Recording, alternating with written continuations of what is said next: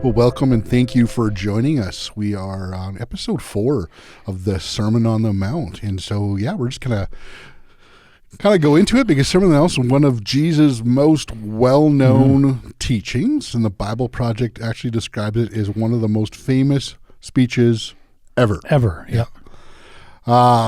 It really explains much of what it means to be a follower of Jesus. It's describing characteristics of his people and the values that are found in the kingdom of God. These are believed to be kind of key themes of what Jesus really preached throughout his travels. So the sermon is kind of almost like the best of, if you will. These are, or maybe a better way to say, these are maybe the most important. Sure. Definitely the followers, why they recorded them, and even, in different, Luke records very similar things throughout. And so throughout this sermon, Jesus is referring to, updating, and reinterpreting, and we'll say recontextualizing the Old Testament and the law and the prophets. So, we're going to see this as we go through where Jesus is talking. He'll mention one of the laws that people are familiar with. Yeah. Or maybe a better way to say it is they're familiar with the current interpretation of the day. Yep.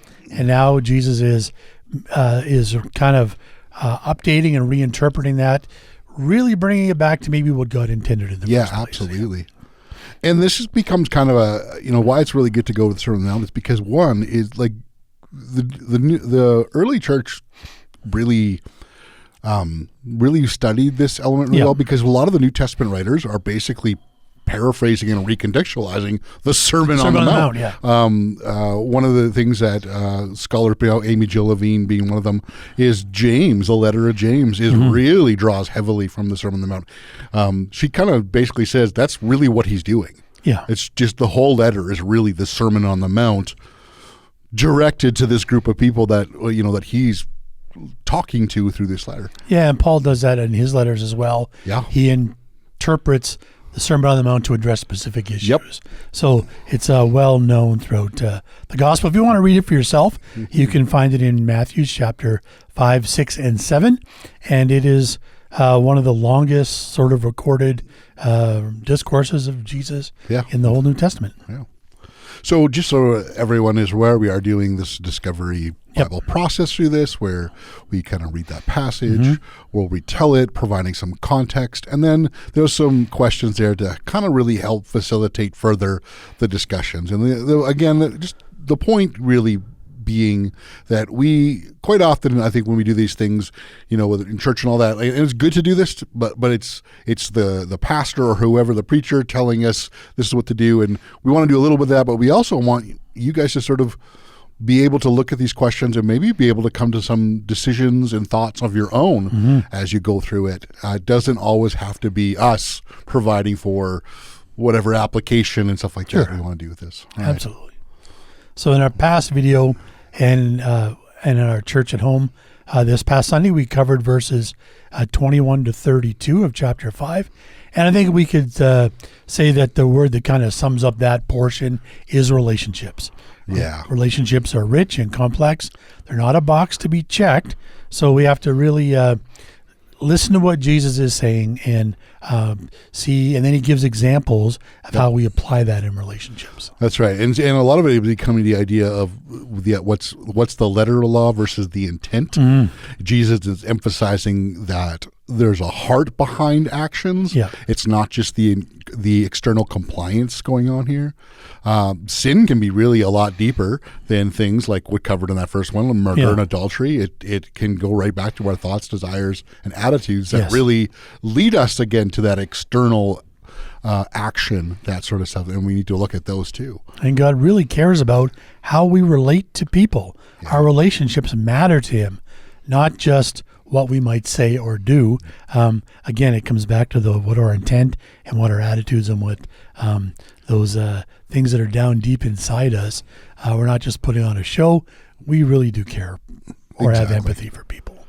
Yeah, and so we want relationships not to be hollow, transactional, because that can be very harmful.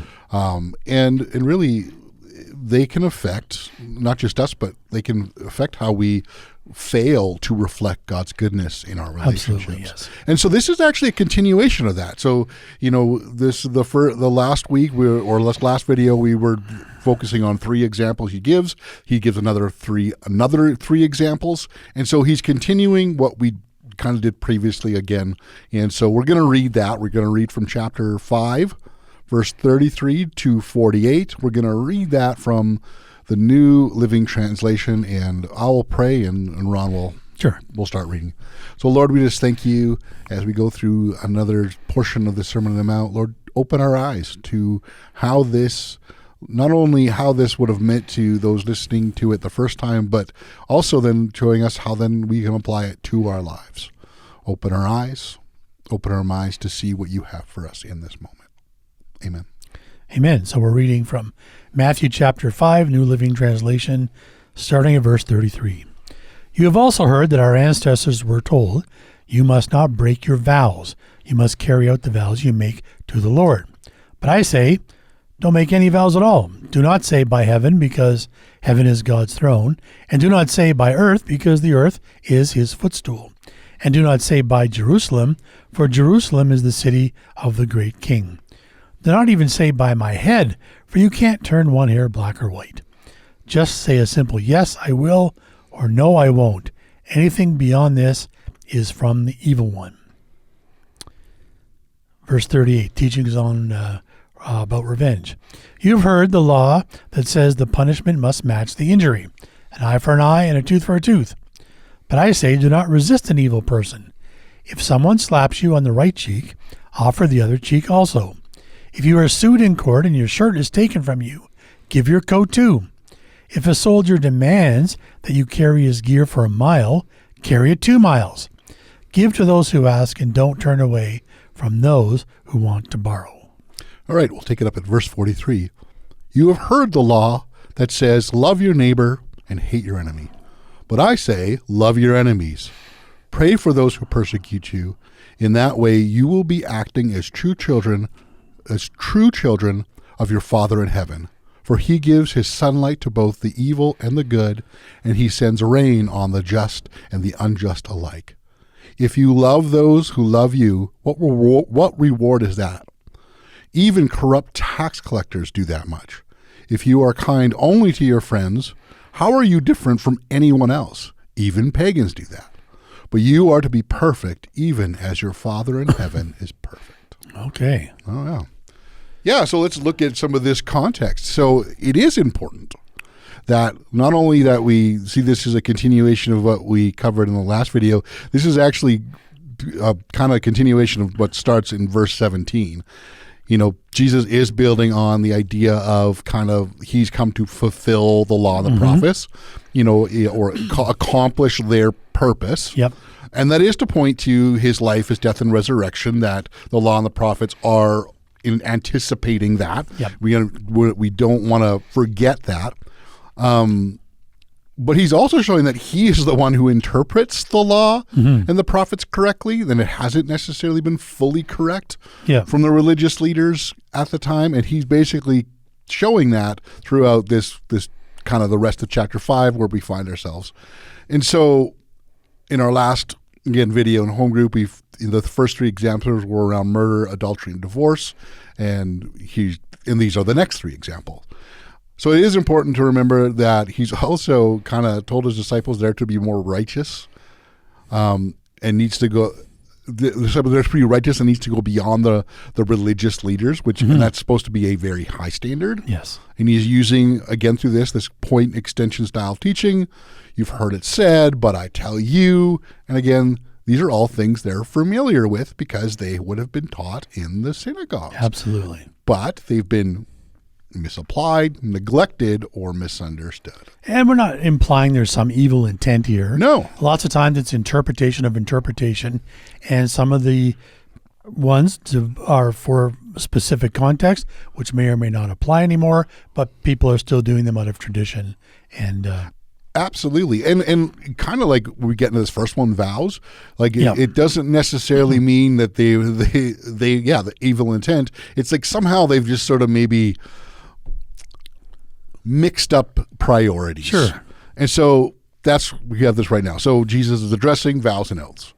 And what we need to notice is that he is using, once again, hyperbole. Because it's okay that you've read vows at your wedding. Sure. All right, like that's it says don't do that, but like then we've done it. It's the hyperbole going here. The examples he gives kind of shows that people were making very very elaborate oaths, and that's what he's really getting at. This elaborate. It seems very similar, and we'll get to it actually right away. It's the next part section we're going to look at for the Sermon on the Mount after this time. You're going to be dealing with it on Sunday. It really is. It's about, he's calling out where he calls out the people who are just praying in public really to be noticed and focusing on the focus is on drawing attention to themselves. This is kind of a similar thing. This is the idea that they are really drawing attention to themselves. The South Asian Bible commentary actually even says that they were trying to impress other people with their oaths. And so that's where you have sort of like these different whatever, I will do this, by the power of heaven or whatever. They're doing all of these different kind of ways. And the Jesus example he gives, my guess is he's heard them.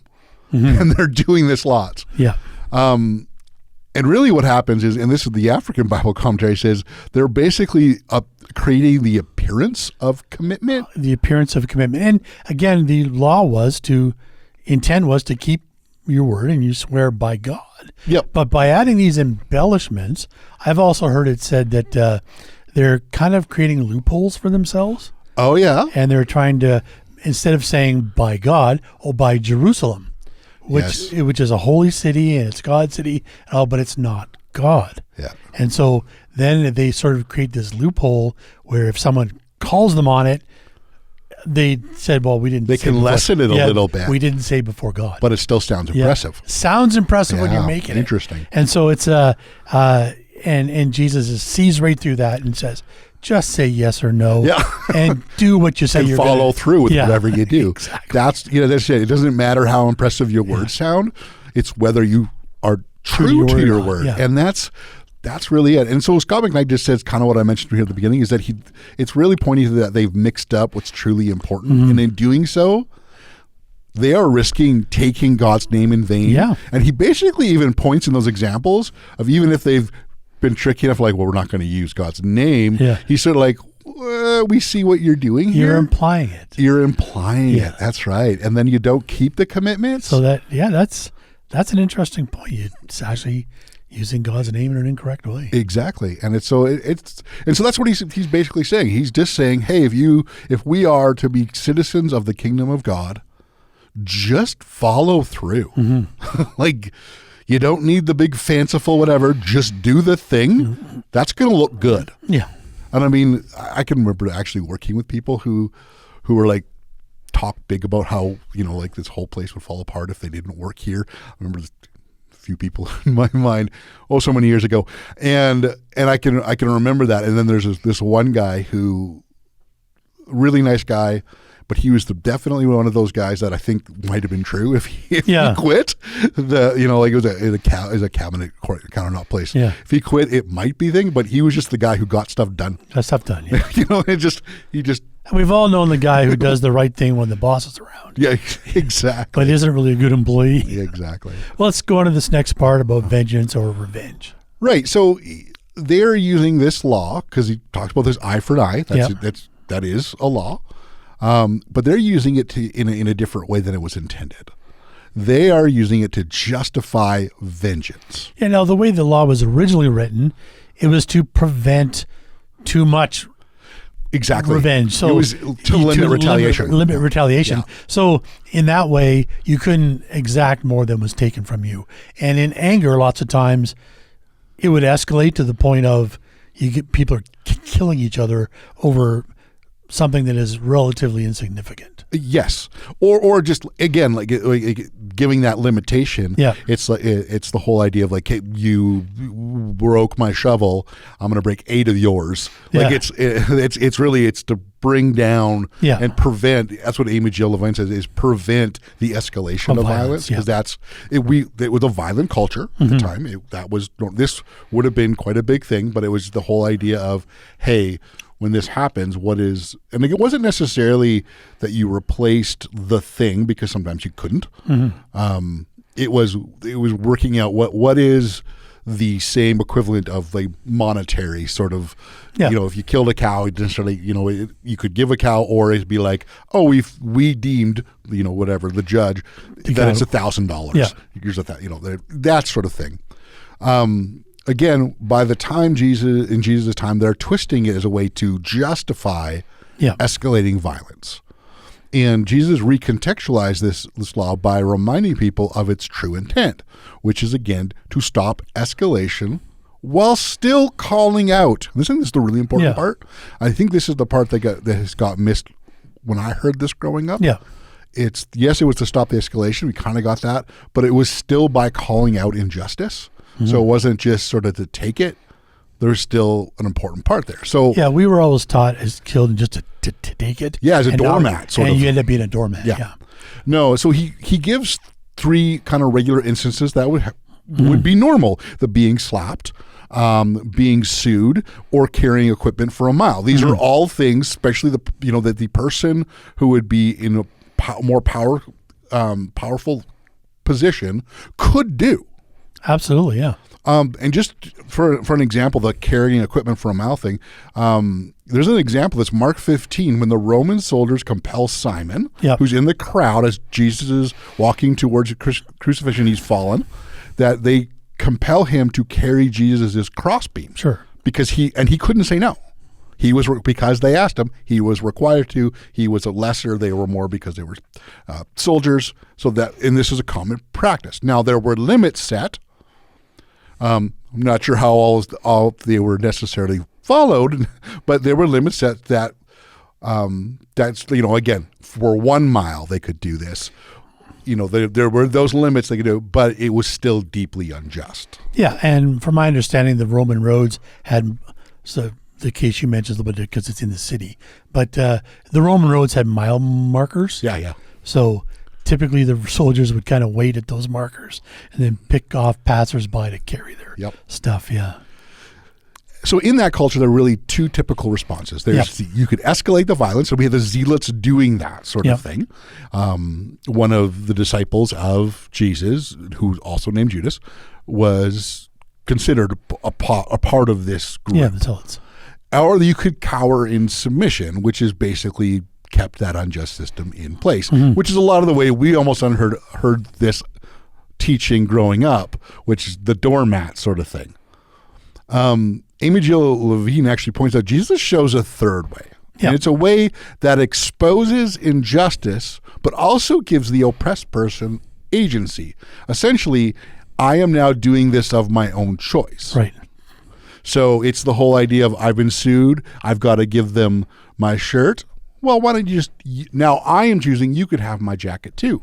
But by the law, they couldn't take their jacket because that's what kept people warm. Exactly. But by giving that, you're basically you're naked up from the waist up. So that looks like it makes the person look foolish for doing that to you. Exactly, because it's to bring shame. Yeah. But it's also to give that person agency, because now they've made the choice. Yeah. And it's the same thing with the slap.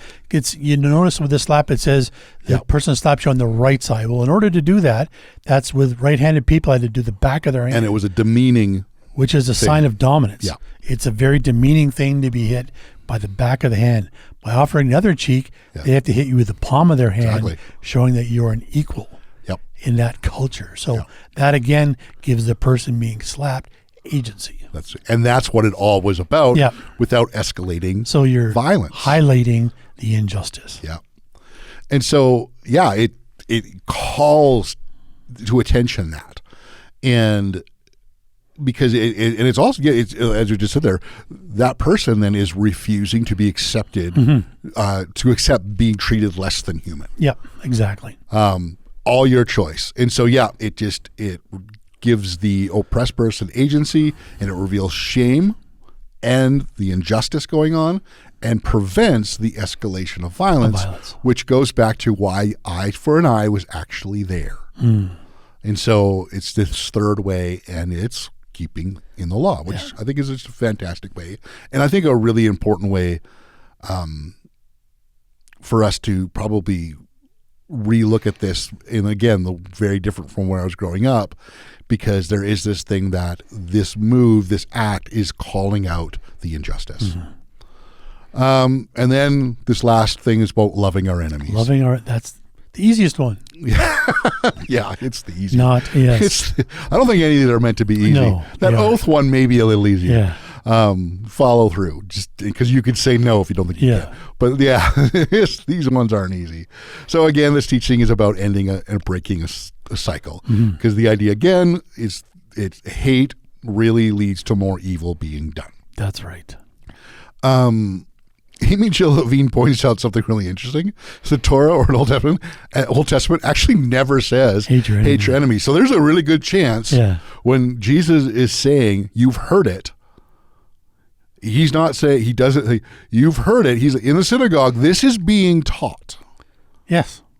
Not that the Torah says it, but they're finding ways to, you can hate your enemy. So there's some teaching going around. Sure. And you can see how they get there. Yep. If the law says to love your enemies or love your neighbor, then by inference, people who aren't your neighbor, you don't have to love. And then that would eventually come to hate your enemies. Yeah.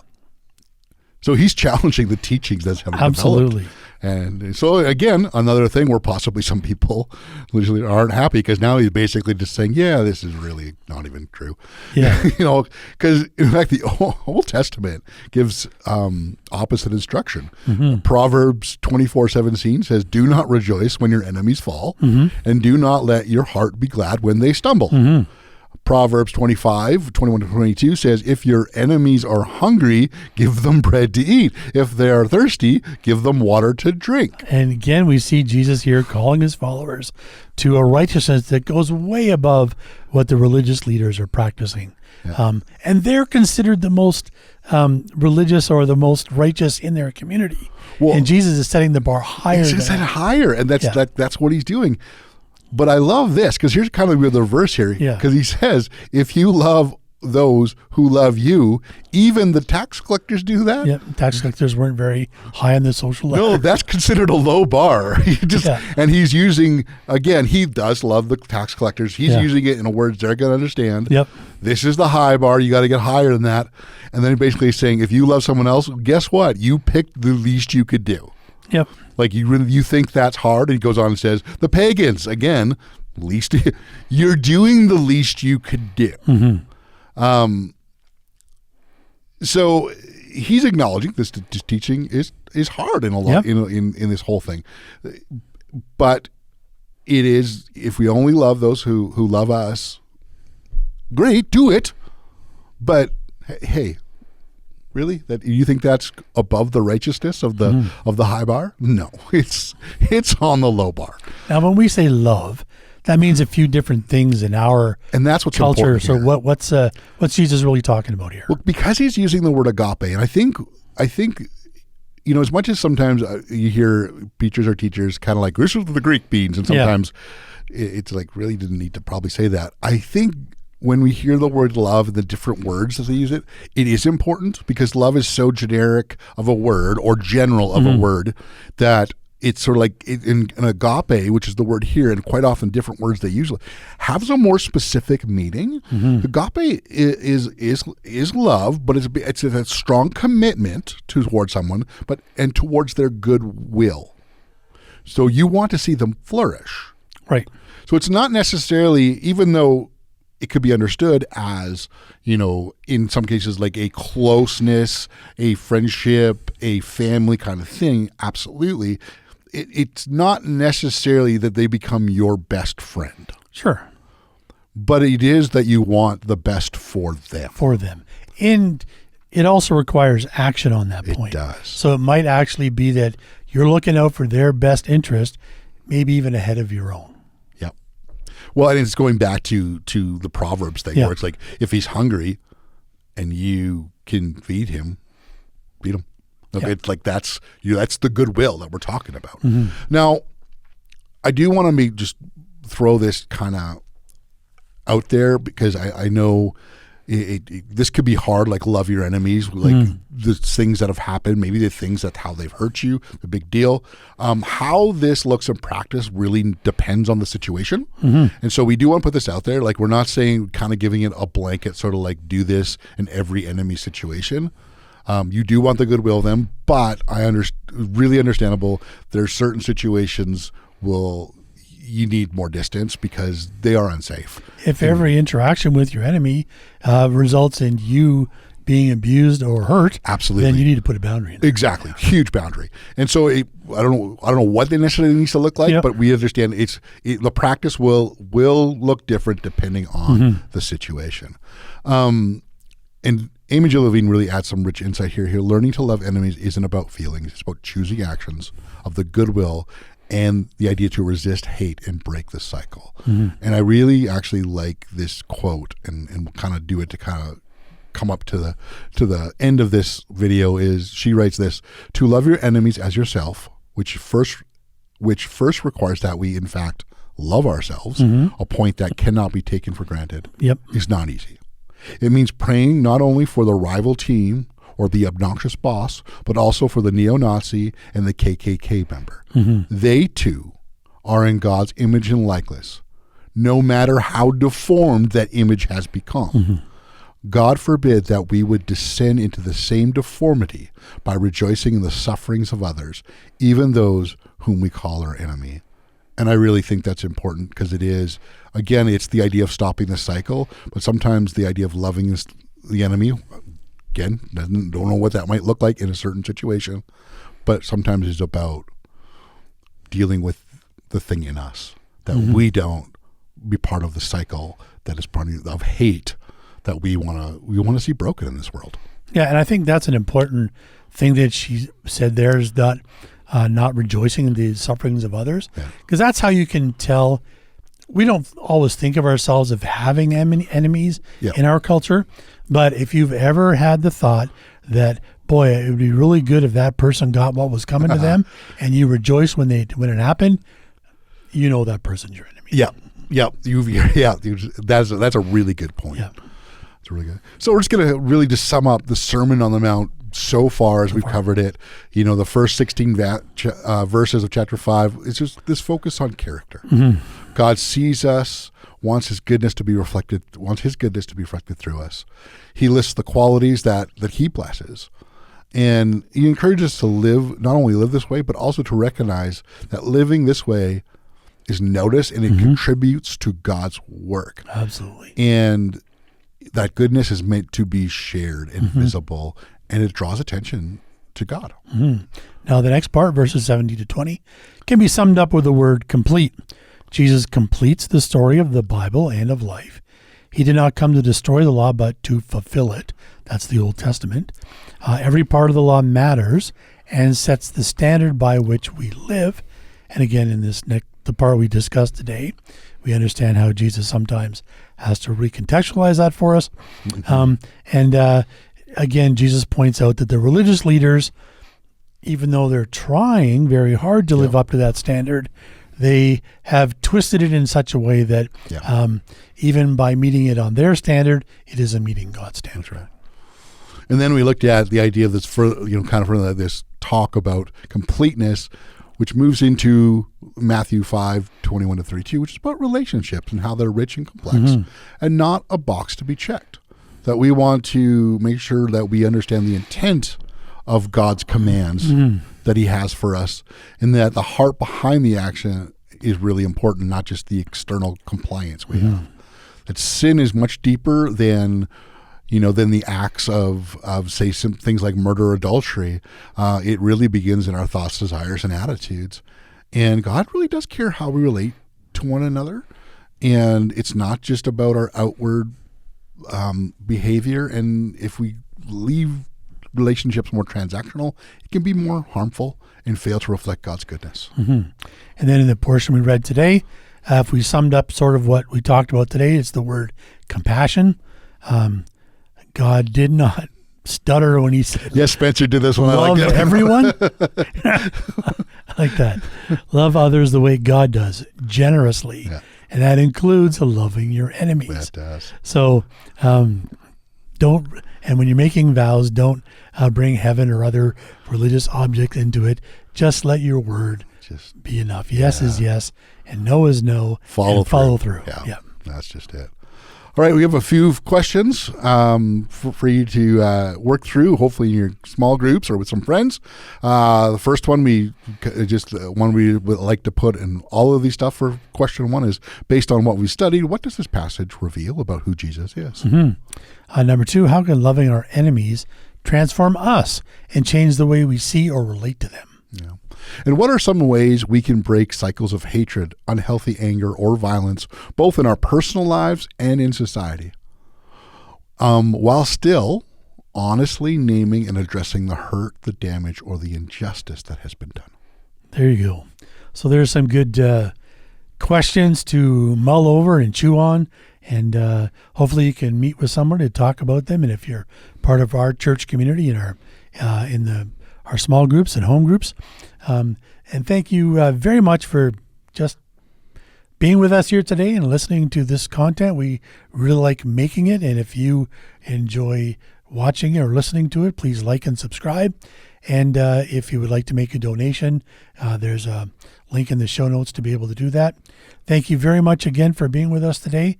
And we will see you next time with more in our series on the Sermon on the Mount.